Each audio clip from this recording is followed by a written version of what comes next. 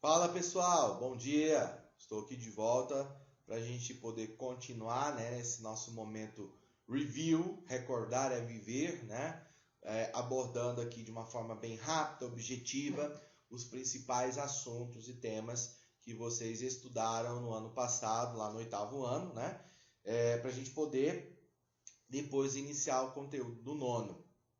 E o próximo assunto que nós vamos abordar é justamente a independência das 13 colônias, ou também, né, mais conhecido como a independência dos Estados Unidos, tá? O processo que levou à formação da primeira República Independente da América, né? E aqui você vai enxergar algumas características importantes, né, desse processo histórico que vai ser responsável por transformar os Estados Unidos naquilo que ele é hoje, a maior potência econômica e militar do mundo, tá? Primeira questão, vamos abordar as características da colonização inglesa na América. A colonização da Inglaterra nos seus territórios americanos, principalmente na América do Norte, ela foi uma colonização diferente da colonização exercida pelos espanhóis e pelos portugueses nos seus territórios. Tanto na Espanha como em Portugal, né, a preocupação era a montagem de complexas estruturas coloniais com o objetivo de retirar o máximo de riqueza possível desses territórios. Então, é o que a gente chama de colônia de exploração, né? Houve uma dominação muito intensa, muito direta por parte de Portugal e por parte da Espanha em seus territórios. O mesmo não acontece com os Estados Unidos, com as 13 colônias, né, inglesas que vão dar origem ao futuro Estados Unidos. Por quê, professor? Porque a geografia da América do Norte é diferente da geografia da América Central e da América do Sul, tá? É uma região de clima frio, muito parecido com a Europa, então isso inviabilizava o cultivo de gêneros tropicais, como a cana-de-açúcar, por exemplo. Os ingleses não encontraram ouro nem outros metais preciosos nas suas 13 colônias que justificassem, né, a montagem de uma estrutura complexa, como o caso dos espanhóis e dos portugueses, enfim. Então, isso faz com que o modelo, né, de colonização seja muito diferente. O colono inglês na América, ele tinha uma autonomia que o colono português e espanhol não possuía, né? E aí isso a gente chama tradicionalmente dentro da história de colônia de povoamento. Vocês já devem ter estudado, já ouviram falar tanto na história como na geografia também, tá? O outro aspecto que nós temos falado sobre essa questão da colonização é o perfil desse colono. Quem está vindo da Inglaterra para a América para ocupar essas 13 colônias? Então, quem é essa gente? Né? Ao contrário dos territórios espanhóis e portugueses, que você tem os aventureiros, aqueles que não têm nada a perder, que estão em busca de enriquecimento rápido, o colono inglês ele tem uma outra mentalidade. A maior parte dos colonos que vieram da Inglaterra para a América para formar as 13 colônias eram pessoas fugindo das perseguições políticas e das perseguições religiosas que existiam dentro da Inglaterra. Então, é uma gente que queria recomeçar, né? Criar uma nova vida, pautada em um ideal que até hoje é um slogan da América, né, dos Estados Unidos, que é a liberdade. Então, essa ideia de liberdade política e liberdade religiosa é uma ideia que veio na bagagem desses colonos. Então, a formação cultural, social, da mentalidade, da forma de pensar desse colono, comparando, né, com o colono ibérico, é totalmente diferente. Um outro aspecto que nós vamos ressaltar aqui são as diferenças norte e sul, tá?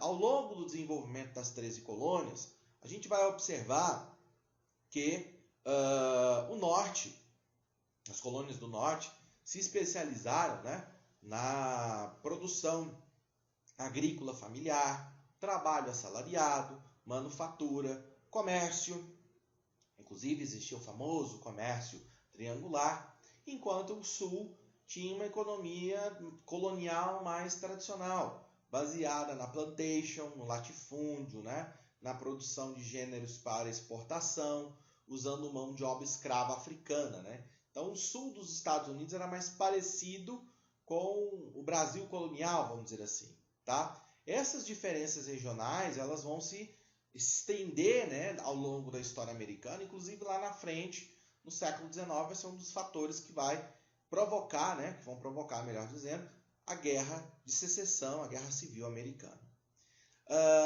O elemento chave para a gente poder entender a independência das 13 colônias é a Guerra dos 7 Anos. Então, até meados, né, do século XVIII, os colonos ingleses na América tinham ali uma relativa liberdade, uma relativa autonomia. A Inglaterra não interferia muito na administração desses territórios, na cobrança de impostos, enfim.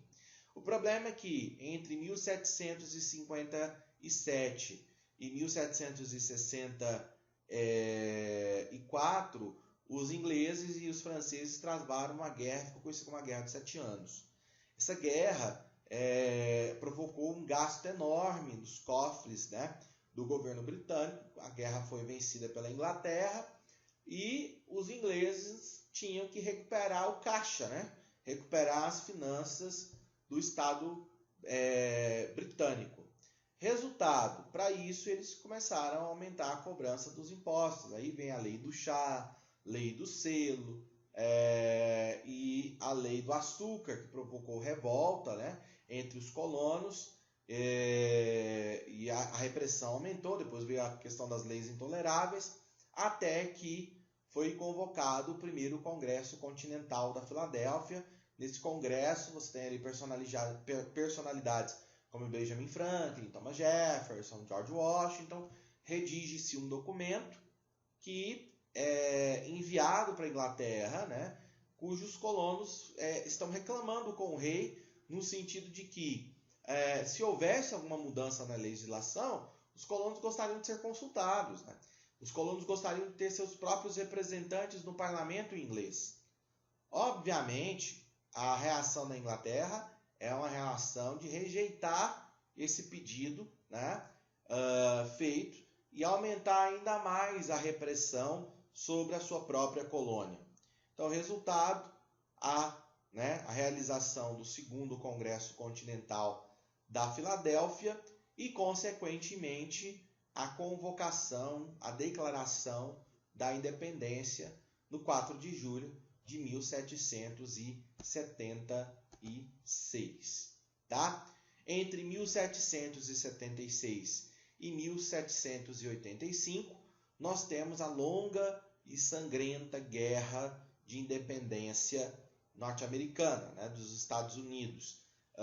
Depois de muitas batalhas, muitas dificuldades, os americanos conseguem vencer a Guerra de Independência e consolidar, né, a libertação do seu país, formando a primeira república democrática, né, inspirada fortemente nos princípios iluministas do mundo ocidental. Tudo bem, turma? Beleza? Para a gente poder encerrar essa parte do review, vamos entrar aqui na Revolução Francesa, que é outro tema estudado por vocês aí, né, no ano passado, no 8º ano. E, primeiramente, aqui a gente não vai ter tempo de avançar muito na Revolução Francesa. Vamos falar um pouco da situação da França pré-revolucionária, até o início propriamente dito da Revolução, para a gente depois fazer um outro vídeo, em outro momento, comentar sobre as fases da Revolução, né? A França sempre duelou com a Inglaterra, né, desde ali o século XIV, o século XV, pela hegemonia na Europa, tá? Para ser a principal nação, né, aquela que determinava os rumos da política e da economia no continente europeu. Só que quando chegou no século XVIII, a França estava atrás da Inglaterra. Por quê? Porque a Inglaterra já tinha passado pela sua Revolução Burguesa, já era um Estado liberal, né, democrático, e estava passando pela sua Revolução Industrial. enquanto a França era uma monarquia absolutista muito tradicional e com uma economia basicamente rural, né? Então, nós temos esse primeiro cenário. Além disso, o século XVIII foi um período muito difícil para a França. O Estado francês acumulou muitas dívidas, muitos gastos. Primeiro com a luxuosa corte de Versalhes, né? A monarquia francesa mantinha um complexo, o Palácio de Versalhes, pagava pensões para a nobreza, festas, bailes, e isso consumia relativamente muitos recursos do Estado francês. Além disso, o envolvimento da França em campanhas militares fracassadas, como a Guerra dos 30 Anos, a Guerra dos 7 Anos, né, que foram guerras que a França travou contra a Inglaterra e foi derrotada, né? Isso trouxe grandes prejuízos. O envolvimento da França na Guerra de Independência dos Estados Unidos, isso mesmo, né? Os franceses apoiaram a independência americana, também é uma guerra que, né, não diz respeito aos interesses franceses, só pelo fato de prejudicar, né, a Inglaterra. E além disso tudo, na década de 1780, a França passou por invernos e secas rigorosas, que afetou muito a produção agrícola, e isso acabou espalhando fome, miséria pelo país e criou uma crise social muito grande dentro da França. Então esse é o cenário, né, caótico da França pré-revolução.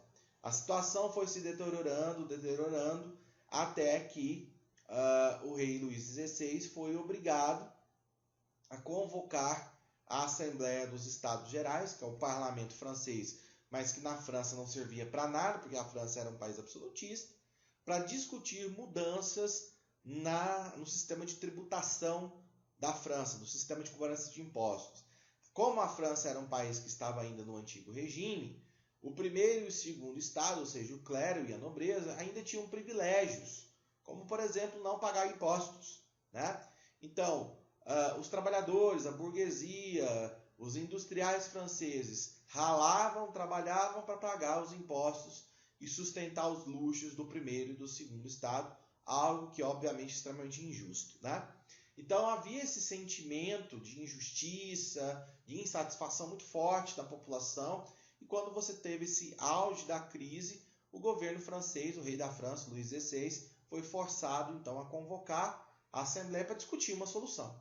E a solução apresentada pelo seu governo, né, inclusive pelo seu ministro da Fazenda, era a mudança do sistema de cobrança de impostos. Fazer com que o primeiro e o segundo estado também pudesse pagar esses tributos. A aristocracia, né, a nobreza não aceitou, a famosa reação, né, aristocrática, ameaçou o Luís XVI, e aí o Luís XVI, sem ter saída, resolveu dissolver a Assembleia. Só que nesse momento, quando a notícia da dissolução se espalhou por Paris, o povo saiu às ruas em uma manifestação fortíssima, extremamente violenta, tomando inclusive a Bastilha, que era uma prisão, né, uma fortaleza para onde os inimigos do rei, né, da monarquia francesa eram aprisionados. E aí nós temos em julho de 1789 o início da Revolução Francesa.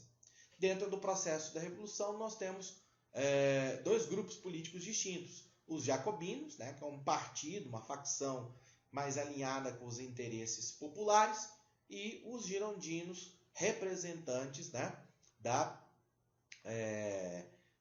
burguesia. A partir de 1789, então, começa a primeira fase da Revolução, que é a fase da Convenção, onde, né, uma nova Constituição vai ser votada e tal, mas isso aí a gente vai falar em um outro momento, né, no nosso próximo encontro. Não vou me alongar aqui, porque não vai dar tempo da gente também encerrar. Tá certo, galera? Então é isso. Muito obrigado pela atenção. Fiquem com Deus. Até mais.